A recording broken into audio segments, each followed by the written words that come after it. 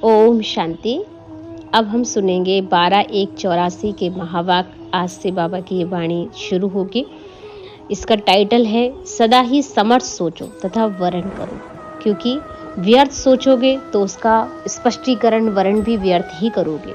तो बाबा ने खास अटेंशन दिलाया है कि आप अपनी सोच को बदल दीजिए, क्योंकि माया आपको कमजोर देखकर, कमजोर संकल्प देख कर के ही आप पर हैवी होती है। अगर आपके संकल्प पॉजिटिव हैं, श्रेष्ठ हैं, तो माया की इतनी शक्ति नहीं है जो आपके ऊपर अटैक कर सकती है। लेकिन क्यों कर रही है? क्योंकि आपके मन के संकल्प बहुत ही व्यर्थ और कमजोर पड़ जाते हैं। तो कुछ भी हो, लेकिन डरना नहीं है, घबराना नहीं है, समर्थ ही सोचना है। और समर्थ जी सोचने से समर्थ जीवन हमारा स्पष्ट बन जाएगा। तो देखते हैं प्यारे बाबा के ये महावाक्य हमें कितनी सुंदर अनुभूति की ओर ले जाते हैं। तो आज आवाज से परे रहने वाले बाप आवाज की दुनिया में आए हैं। सभी बच्चों को आवाज से परे स्थिति में ले जाने के लिए आए हैं, क्योंकि आवाज से परे स्थिति में अति सुख और शांति की अनुभूति होती है। आवाज से परे श्रेष्ठ स्थिति में स्थित होने से सदा स्वयं को बाप समान संपन्न स्थिति में अनुभव करते हैं। आज के मानव आवाज से परे सच्ची शांति के लिए अनेक प्रकार के प्रयत्न करते रहते हैं, कितने साधन अपनाते रहते हैं। लेकिन आप सभी शांति के सागर के बच्चे हो ना, तो शांत स्वरूप हो, मास्टर शांति के सागर हो, सेकंड में अपने शांत स्वरूप स्थिति में स्थित हो जाते हो। ऐसे अनुभवी होना, सेकंड में आवाज में आना है और सेकंड में आवाज से परे स्वधर्म में स्थित हो जाना। ऐसी प्रैक्टिस है इन कर्मेंद्रियों के मालिक होना। जब चाहो कर्म में आओ और जब चाहो कर्म से परे कर्मातीत स्थिति में स्थित हो जाओ। इसको कहा जाता है अभी अभी न्यारे और अभी अभी कर्म द्वारा सर्व के प्यारे। ऐसी कंट्रोलिंग पावर, रूलिंग पावर अनुभव होती है।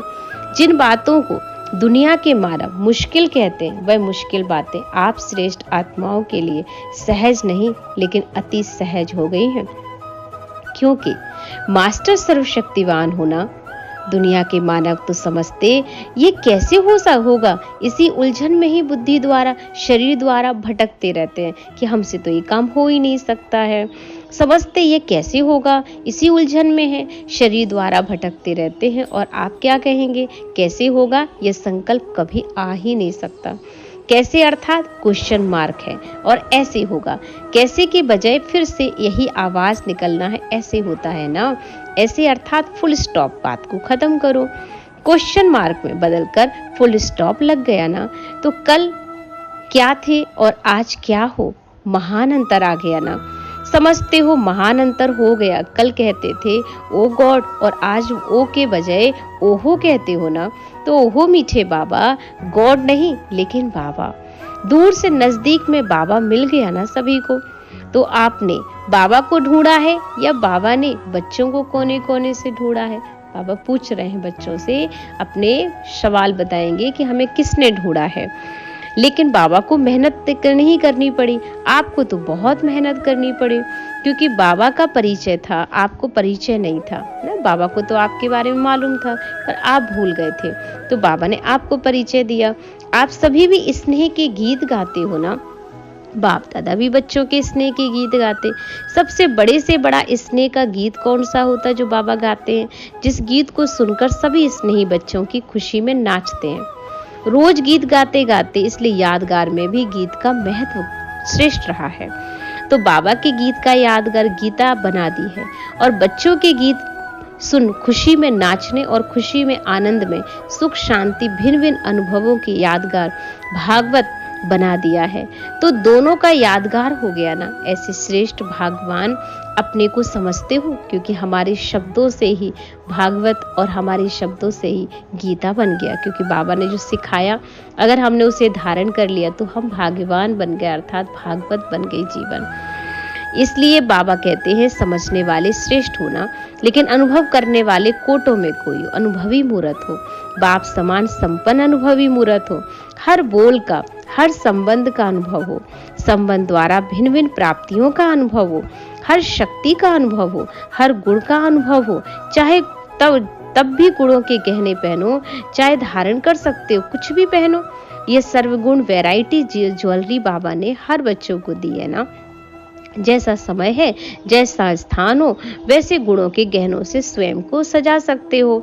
न सिर्फ स्वयं को, लेकिन औरों को भी गुणों का दान दे सकते हो। ज्ञान दान के साथ साथ गुण दान कर बहुत महत्व होता है। गुणों की महादानी आत्मा कभी भी किसी के अवगुण तो देख ही नहीं सकती है ना। जो गुणों से भरपूर आत्मा होगी वो किसी के अवगुण तो कभी देख ही नहीं सकती, धारण भी नहीं करेगी, किसी के अवगुण को संगदोष में नहीं आएगी, और ही गुणदान द्वारा दूसरों को भी अवगुण गुणों को परिवर्तन कर देगी। जैसे धन के भिखारी को धन दे संपन्न बना देते, ऐसे अवगुण वाले को भी आप गुण का दान देना। इसलिए गुणदान बहुत बड़ा दान होता है। गुणवान मूर्त बना दो ना। जैसे योग दान है ना, शक्तियों का दान है, सेवा का दान प्रसिद्ध है, तो गुणदान भी विशेष दान ही होता है। इसलिए गुणदान द्वारा आत्मा में उमंग उत्साही झलक अनुभव करा सकते हो। ऐसे सर्व महादानी गुण मूर्त अर्थात अनुभवी मूर्त बने हो। फिर बाबा ने विदेशी बच्चों से कुछ सवाल किए और बाबा ने उनसे पूछा कि आप डबल विदेशी बच्चों को दूरादेशी बुद्धि वाले बच्चे कहते हैं ना, इसलिए कितने दूर से आए हो? और बाबा को सबने पहचान लिया है। देखो, सभी पक्के परवाने हो ना, क्षमा पर जलाने वाले हो या सिर्फ चक्र लगाने वाले हो, जलने वाले हो क्षमा पर या सिर्फ चल के जाने वाले। तो जलना अर्थात समान बन जाओ, तो जलने वाले को चक्र लगाने वाले हो ना। कौन हो? बाबा ऐसे पूछ रहे थे, कौन सी संख्या में हो आप? फिर बाबा ने कहा, बाप दादा को तो सभी पसंद है, चाहे जैसे भी हैं, पर बाबा को अच्छे लगते हैं। कमजोरियों को सोचते सोचते भी कमजोर हो जाते हो, इसलिए मैं बीमार हूँ, मैं ऐसा हूँ, बिल्कुल भी संकल्प नहीं चलाओ, मैं शक्तिशाली हूँ। पहले माया हल्का रूप ट्रायल करेगी ना, आपके सामने कमजोर विचार लाती है और आप उसको बड़ा रूप कर देते हो, तो माया को भी चांस मिल जाता है। इसलिए कमजोरी की साथ ही माया होती है। कभी भी कमजोरी संकल्प को बार बार वर्ण ना करो, ना सोचो। बार बार सोचने से भी स्वरूप बन जाते हो। तो सदा यह सोचो, मैं बाबा का नहीं बनूंगा तो कौन बनेगा? मैं नहीं करूंगा तो कौन करेगा? इसलिए जैसे सीता का भी एक ड्रामा दिखाते हैं, भिखारी था नहीं, लेकिन वो रावण भिखारी बनकर आ जाता है। सीता समझ नहीं पाती है, सिर्फ ट्रायल करने ही तो आया था कि ये मुझे ना समझ पाए, लेकिन फिर भी ट्रायल में ही वो माया का रूप नहीं समझ पाई। इसलिए उसको भोलापन देखकर वह उस पर कमजोर समझकर उसे पकड़ कर ले गया। तो बाबा कहते, आप भी कहीं ना कहीं भोले मत बनो, कमजोर ना बनो, क्योंकि भोले बन जाते हो ना, इसलिए ये अपना बना लेती है। मैं हूं ही ऐसे, ऐसे करते करते माया अपना स्थान ले देती है। तो इसलिए कमजोर संकल्प बिल्कुल मत करना। जब सदा ही बहादुर, सदा के महावीर हो, यही श्रेष्ठ संकल्प रखना है कि हम विजयी थे, विजयी हैं और विजयी ही बनेंगे। तो फॉलो फादर करना अर्थात बाबा की कॉपी करो। सारे विश्व के कार्य को छोड़ यहाँ बाबा आया ना, विश्व की प्रवृत्ति बाबा की प्रवृत्ति है। बाबा के लिए तो सभी बच्चे ही हो ना, तो सभी बच्चों से बाबा खास मिलने आए हैं और यही चाहते हैं मेरे बच्चे मेरे समान बन जाएं। इसलिए उसके लिए करना क्या है, इसके लिए बाबा ने टाइटल ही बहुत ही खूबसूरत दिया कि सदा समर्थ सोचो और तथा वरण करो। इसलिए सदा समर्थ सोचेंगे, समर्थ वरण करेंगे तो जीवन भी हमारा समर्थ बन जाएगा। ओम शांति।